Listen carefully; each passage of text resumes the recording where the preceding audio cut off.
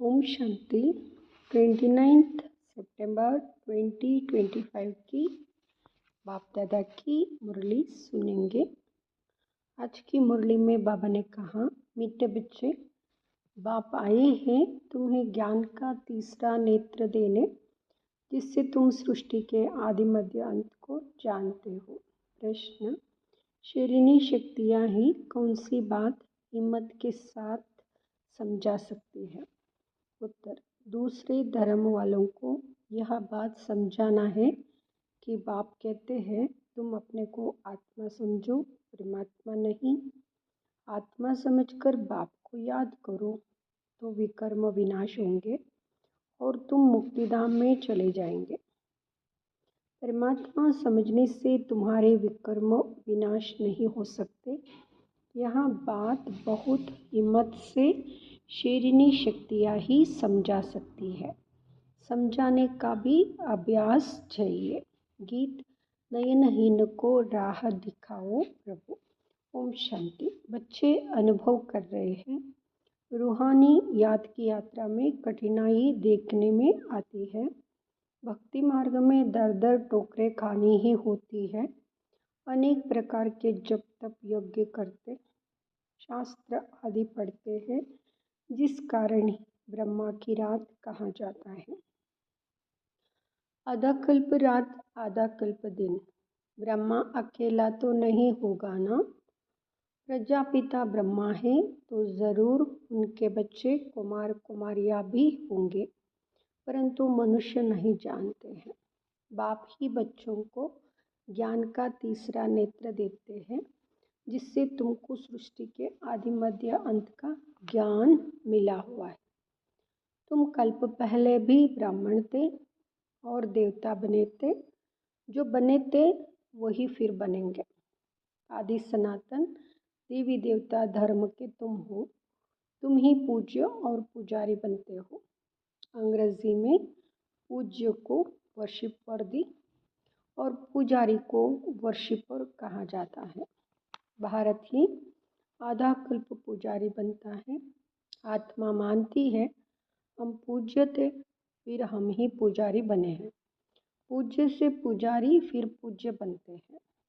बाप तो पूज्य पुजारी नहीं बनते। तुम कहेंगे हम पूज्य 500 देवी देवता थे, फिर 84 जन्मों के बाद कंप्लीट पतित पुजारी बन जाते हैं। अभी भारतवासी जो आदि सनातन देवी देवता धर्म वाले थे, उनको अपने धर्म का कुछ भी पता नहीं है। तुम्हारी इन बातों को सब धर्म वाले नहीं समझेंगे। जो इस धर्म के कहाँ कन्वर्ट हो गए होंगे वही आएंगे। ऐसे कन्वर्ट तो बहुत हो गए हैं। बाप कहते हैं जो शिव और देवताओं के पुजारी है उनको सहज है। अन्य धर्म वाले माथा खपाएंगे। जो कन्वर्ट होगा उनको टच होगा और आकर समझने की कोशिश करेंगे, नहीं तो मानेंगे नहीं। आर्य समाजियों में से भी बहुत आए हुए हैं, सिख लोग भी आए हुए हैं। आदि सनातन देवी देवता धर्म वाले जो कन्वर्ट हो गए हैं उनको अपने धर्म में ज़रूर आना पड़ेगा। झाड़ में भी अलग अलग सेक्शन हैं, फिर आएंगे भी नंबरवार। टाल टालियाँ निकलती रहेगी। वह पवित्र होने कारण उनका प्रभाव अच्छा निकलता है। इस समय देवी देवता धर्म का फाउंडेशन है नहीं जो फिर लगाना पड़ता है। बहन भाई तो बनाना ही पड़े। हम एक बाप के बच्चे, सब आत्माएं भाई भाई हैं, फिर भाई बहन बनते हैं। अब जैसे कि नई सृष्टि की स्थापना हो रही है, पहले पहले है ब्राह्मण। नई सृष्टि की स्थापना में प्रजापिता ब्रह्मा तो ज़रूर चाहिए। ब्रह्मा द्वारा ब्राह्मण होंगे, इनको रुद्र ज्ञान यज्ञ भी कहा जाता है। इसमें ब्राह्मण ज़रूर चाहिए। प्रजापिता ब्रह्मा की औलाद ज़रूर चाहिए। वह है ग्रेट ग्रेट ग्रैंडफादर। ब्राह्मण है पहले नंबर में छोटी वाले। आदम बीबी एडम बीव को मानते भी है। इस समय तुम पुजारी से पूज्य बन रहे हो। तुम्हारा सबसे अच्छा यादगार मंदिर तिलवाड़ा मंदिर है। नीचे तपस्या में बैठे हैं, ऊपर में राजाई, और यहाँ तुम चैतन्य में बैठे हो। यह मंदिर कैलाश हो जाएंगे, फिर भक्ति मार्ग में बनेंगे। तुम जानते हो अभी हम राजयोग सीख रहे हैं, फिर नई दुनिया में जाएंगे। वह जड़ मंदिर, तुम चैतन्य में बैठा हो। क्या मंदिर यहाँ ठीक बना हुआ है, स्वर्ग को नहीं तो कहाँ दिखाए, इसलिए चित्त में स्वर्ग को दिखाया। इस पर बहुत अच्छा समझा सकते हो। बोलो भारत ही स्वर्ग था, फिर अब भारत नरक है।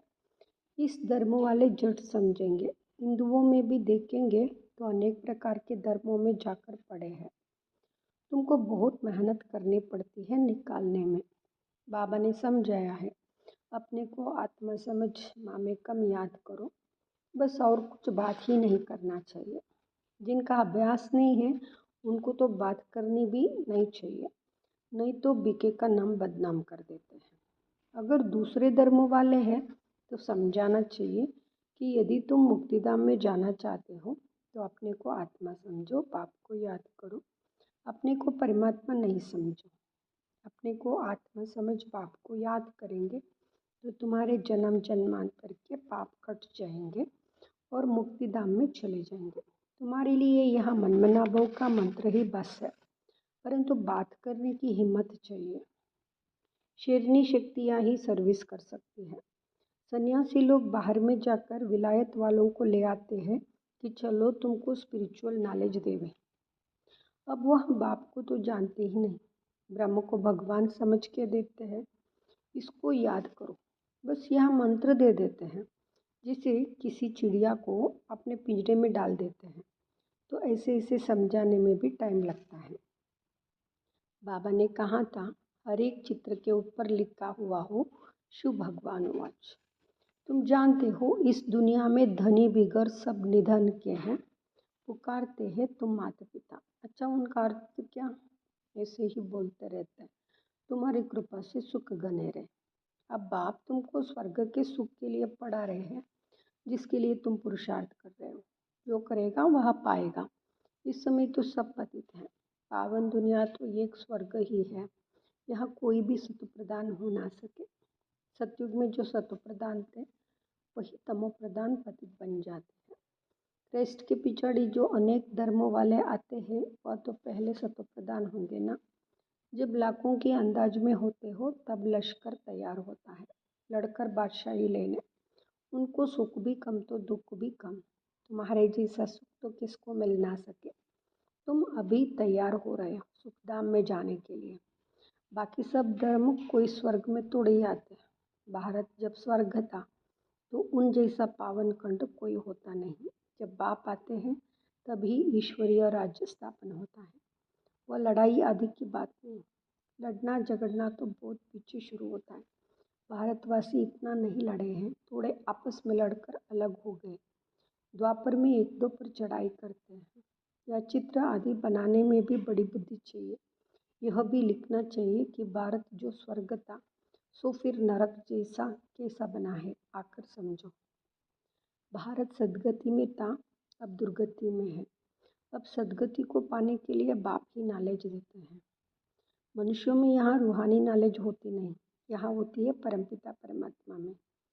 बाप यहाँ नॉलेज देते हैं आत्माओं को। बाकी तो सब मनुष्य को ही देते हैं। शास्त्र भी मनुष्यों ने लिखे हैं, मनुष्यों ने पढ़े हैं। या तो तुम्हें रूहानी बाप पढ़ाते हैं और रूह पढ़ती है। पढ़ने वाली तो आत्मा है ना, वह लिखने और पढ़ने वाले मनुष्य ही है। परमात्मा को तो शास्त्र आदि पढ़ने की दरकार नहीं। बाप कहते हैं, इन शास्त्रों आदि से किसकी भी सदगति हो नहीं सकती। मुझे ही आकर सबको वापस ले जाना है। अभी तो दुनिया में करोड़ों मनुष्य है। सतयुग में जब इन लक्ष्मी नारायण का राज्य था तो वहाँ 9 लाख होते हैं। बहुत छोटा जाड़ होगा। फिर विचार करो इतनी सब आत्माएं कहाँ गई। ब्रह्म में व पानी में तो नहीं लीन हो गई। वह सब मुक्तिधाम में रहती है। हर एक आत्मा अविनाशी है। उनमें अविनाशी पार्ट नोंदा हुआ है जो कभी मिट नहीं सकता। आत्मा विनाश हो ना सके। आत्मा तो बिंदी है, बाकी निर्वाण आदि में कोई भी जाता नहीं, सबको पाठ बजाना ही है। जब सब आत्माएं आ जाती हैं तब मैं आकर सबको ले जाता हूँ। पिछाड़ी में ही पाप का पाठ, नई दुनिया की स्थापना, फिर पुरानी दुनिया का विनाश। यह भी ड्रामा में नूंद है। तुम आर्य समाजियों के झुंड को समझाएंगे तो उसमें जो कोई इस देवता धर्म का होगा उनको टच होगा। बरोबर, यह बात तो ठीक है। परमात्मा सर्वव्यापी कैसे हो सकता? भगवान तो बाप है, उनसे वर्षा मिलता है। कोई आर्य समाजी भी तुम्हारे पास आते हैं ना, उनको ही सैम्पलिंग कहा जाता है। तुम समझाते रहो, फिर तुम्हारे कुल का जो होगा वहाँ आएगा। भगवान बाप ही पावन होने की युक्ति बताते हैं। भगवान वाच मामेकम याद करो, मैं पतित पावन हूँ। मुझे याद करने से तुम्हारे विकर्म विनाश होंगे और मुक्तिधाम में आ जाएंगे। यहाँ पैगाम सब धर्म वालों के लिए है। बोलो, बाप कहते हैं देह के सब धर्म छोड़ मुझे याद करो तो तुम तमो प्रधान से सतो प्रधान बन जाएंगे। मैं गुजराती हूँ, फलाना हूँ, या सब छोड़ो, अपने को आत्मा समझो और बाप को याद करो। यहाँ है योग अग्नि, संभाल कर कदम उठाना है, सब नहीं समझेंगे। बाप कहते हैं पतित पावन मैं ही हूँ, तुम सब हो पतित। निर्वाण धाम में भी पावन होने बिगर आ ना सके। रचना के आदि मध्य अंत को भी समझना है। पूरा समझने से ही ऊंच पद पाएंगे। थोड़ी भक्ति की होगी, थोड़ा ज्ञान समझेंगे। बहुत भक्ति की होगी तो बहुत ज्ञान उठाएंगे। बाप जो समझाते उसको धारण करेंगे। वानप्रस्थियों के लिए ही सहज है, गृहस्थ व्यवहार से किनारा कर लेते हैं। वानप्रस्थ अवस्था 60 वर्ष के बाद होती है। गुरु भी तब करते हैं। आजकल तो छोटेपन में ही गुरु करा देते हैं, नहीं तो पहले बाप, फिर टीचर, फिर 60 वर्ष के बाद गुरु किया जाता। सदगति दाता तो एक ही बाप है, या अनेक गुरु लोग थोड़े ही हैं। या तो सब पैसे कमाने की युक्तियाँ है। सदगुरु है ही एक, सबकी सदगति करने वाला। बाप कहते हैं मैं तुमको सब वेदों शास्त्रों का सार समझाता हूँ। यह सब है भक्ति मार्ग की सामग्री। सीढ़ी उतरना होता है।